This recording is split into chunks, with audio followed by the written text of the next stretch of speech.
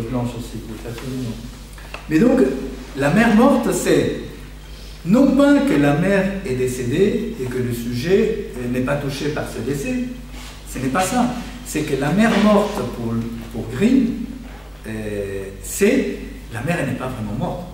La mère, elle est morte psychiquement. Vous voyez que la mère, elle est en grande dépression, elle est un peu absente, quoi. Et donc, évidemment que ça va influencer très non l'enfant. Mais ça, c'est une autre configuration. Donc, je ne parle pas de ça. Pas de ça. Bien sûr que ça peut aussi avoir ses incidences, etc. Mais ce n'est pas ça le facteur blanc. Le facteur blanc, c'est la configuration où il y a vraiment eu la mort de la mère.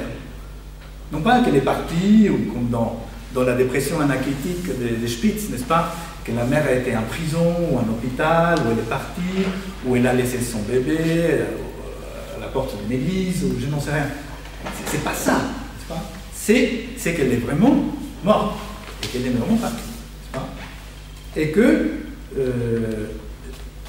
ça ne touche pas l'enfant. Ou qu'elle a abandonné, mais ça ne touche pas l'enfant.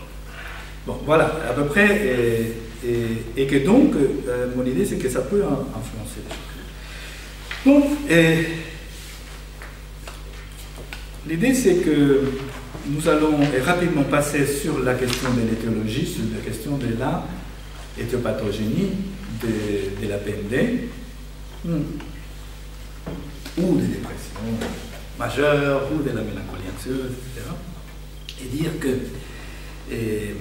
il y a chez nous une volonté de définir clairement comment traduire pratiquement la causalité psychique. Et que la causalité psychique, et nous voyons que par exemple chez Lacan, nous allons nous appuyer dessus, et il y a l'idée de la structure de l'étiologie psychogénique, non pas psychogénétique, mais psychogénique, et que ça, c'est une considération importante. Alors donc, aujourd'hui, nous savons qu'il y a un grand problème dans la psychiatrie, et notamment, et aussi dans la psychologie. À tel point, n'est-ce pas, qu'on se demande jusqu'à quel point la psychiatrie peut continuer à exister. Et la psychiatrie, elle est dominée complètement aujourd'hui, par la biologie, par la génétique et par la pharmacologie. Et la tendance dominante aujourd'hui dans la psychiatrie mondiale est une position organiciste et presque organomécaniciste. C'est entre les deux, entre l'organomécanicisme et l'organodynamisme, n'est-ce pas? Puisqu'il y a quatre positions possibles pour l'étiologie. Vous avez l'organomécanicisme, qui veut dire que tout est organique, que tout est cérébral, n'est-ce pas? Une autre position qui est celle, par exemple, d'Henriet, qui est l'organodynamisme, qui est, bon, les questions bio-psycho-sociales sont importantes, mais il y a un substratum organique quand même qui commande les choses, et qu'il ne faut pas se tromper. Donc on peut bien accepter quelques psychothérapies en complément, ou quelques mesures d'éducation et d'adaptation sociale, n'est-ce pas, mais que le traitement essentiel, c'est réel. Et puis vous avez aussi la position, n'est-ce pas, psychogénétique et dynamique, n'est-ce pas, qui sont plus le rapport avec les événements de vie, n'est-ce pas, les influences de l'environnement, et qui peut être aussi influencé d'une part un tout petit peu par la psychanalyse, mais un tout petit peu une psychanalyse qui a été modifiée, mais c'est surtout une psychologie et presque même comportementale ou cognitiviste, n'est-ce pas, où il y a une psychologie de la vie consciente. Et puis vous avez une position qui est psychogénique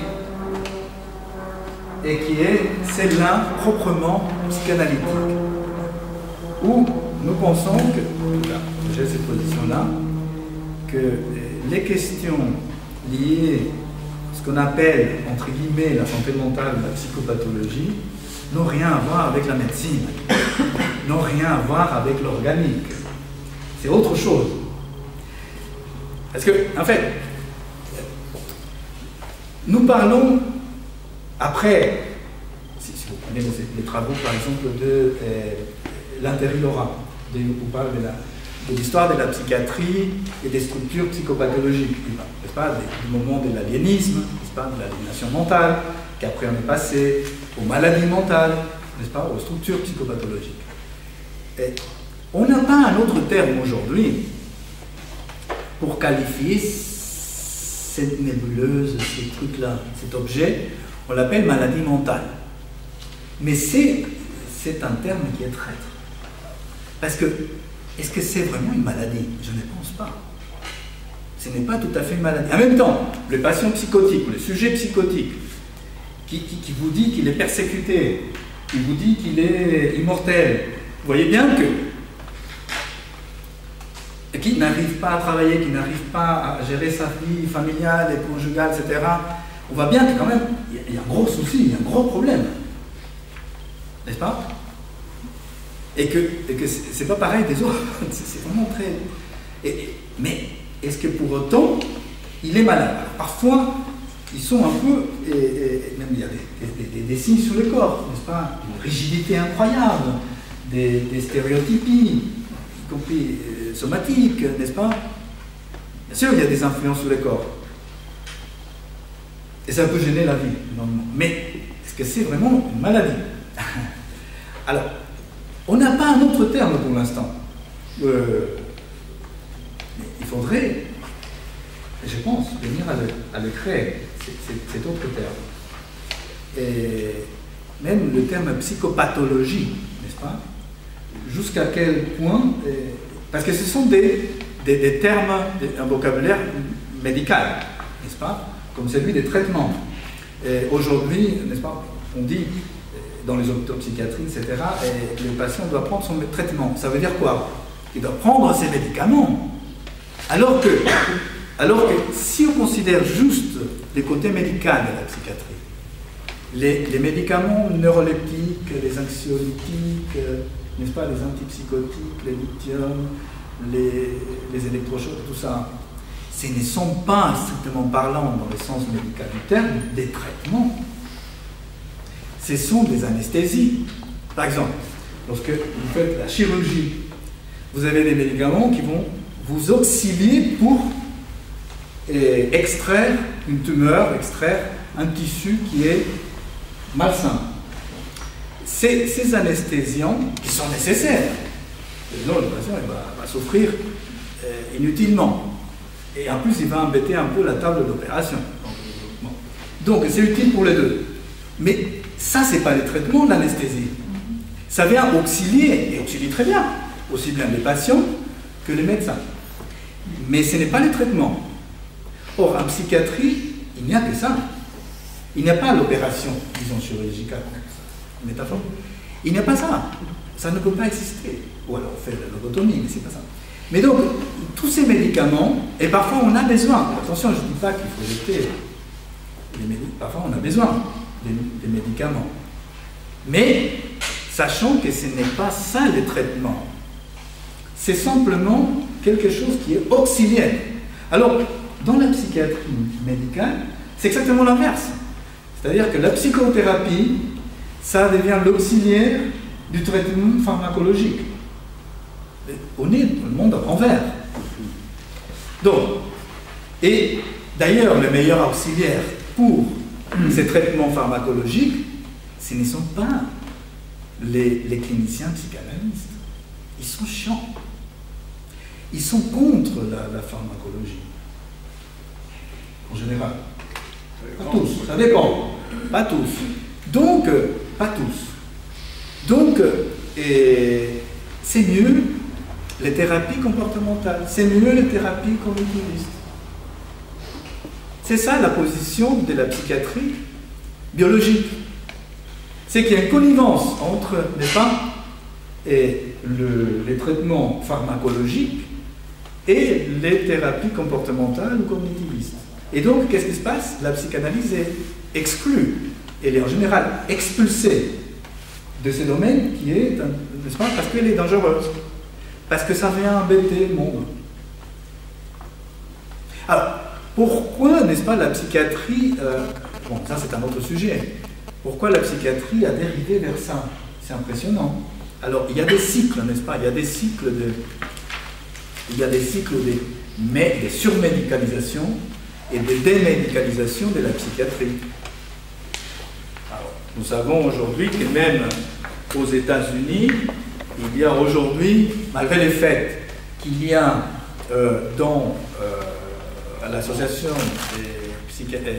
américaine de psychiatrie, c'est poussé, n'est-ce pas, pour faire les manuels diagnostiques, comme le DSM, mais nous avons aussi en Europe la CIM-10, mais surtout le DSM, qui est, n'est-ce pas, fait par l'association américaine de psychiatrie. Il y a des auteurs aujourd'hui, comme Allen Francis d'ailleurs, qui était qui avait participé du DSM-4 et qui est très critique vis-à-vis de ça. Et nous avons aussi des travaux, par exemple, de Horowitz et Wakefield, un travail qui s'appelle The Laws of Sadness, n'est-ce pas, sur la tristesse. Et ils font, aux États-Unis, n'est-ce pas, transforment la tristesse en une sorte de trouble dépressif. Alors qu'on a besoin de la tristesse. La tristesse en soi n'est pas pathologique, c'est même le contraire, à mon avis. Ou alors, vous avez aussi, je ne sais pas si ça a été traduit, The Loss of Sadness en français. Puis vous avez un travail qui a été traduit en français de Christopher Lane, comment la psychiatrie et l'industrie pharmaceutique ont médicalisé nos émotions. Alors, vous les trouvez chez Flammarion. Mais ce n'est pas que, quand je dis ça, que je suis contre le diagnostic, parce que ça c'est une position aussi angélicale, c'est de dire, ah non, nous, les cliniciens psychanalystes, on est contre l'étiquetage des patients, contre le diagnostic. Non, je ne pense pas ça. Nous, au contraire, nous avons besoin du diagnostic, parce qu'on ne travaille pas pareillement avec un psychotique, avec un névrosé, il y a des degrés aussi en plus. Et puis un diagnostic qui s'est fait au fur et à mesure. Il y a un diagnostic d'abord hypothétique, puis ensuite, n'est-ce pas, les choses peuvent se manifester. Mais donc, rapidement, parce que sur l'étiologie, donc, nous avons cette structure psychogénique sur laquelle nous nous appuyons. Dans le sens où, dans cette structure psychogénique, ce n'est pas qu'on exclut le somatique ou l'organique de la chose. Simplement, c'est que il y a une structure, n'est-ce pas, une structure familiale, n'est-ce pas? Ensuite, cela va produire des dérèglements, disons, qui peuvent être des dérèglements organiques, comme peut aussi avoir des dérèglements psychiques. N'est-ce pas? Et ensuite, après, il peut y avoir le déclenchement, la réaction. Mais disons que ces dérèglements organiques, ce sont des dérèglements qui sont en réaction avec ces structures psychogéniques. Et non pas le contraire. Et non pas le contraire. Parce que sinon, à quoi ça servirait, n'est-ce pas, de traiter, de parler, par exemple, des secrets des familles, n'est-ce pas? À quoi ça servirait, n'est-ce pas, d'avoir des entités symboliques comme celles qui existent dans les familles, les parents, les enfants, n'est-ce pas, le fait qu'il y ait des liens conjugaux ou pas, qu'il y ait de l'inceste, de l'interdit de l'inceste ou pas, n'est-ce pas? À quoi ça servirait de se considérer frère ou sœur, n'est-ce pas? Ça n'aurait aucune incidence, finalement, si les choses étaient organiques, à la base. Il suffirait de donner des bons médicaments aux nourrissons, et ensuite après les bébés, c'est aurait plus des problèmes, n'est-ce pas? Si les choses psychologiques n'influencent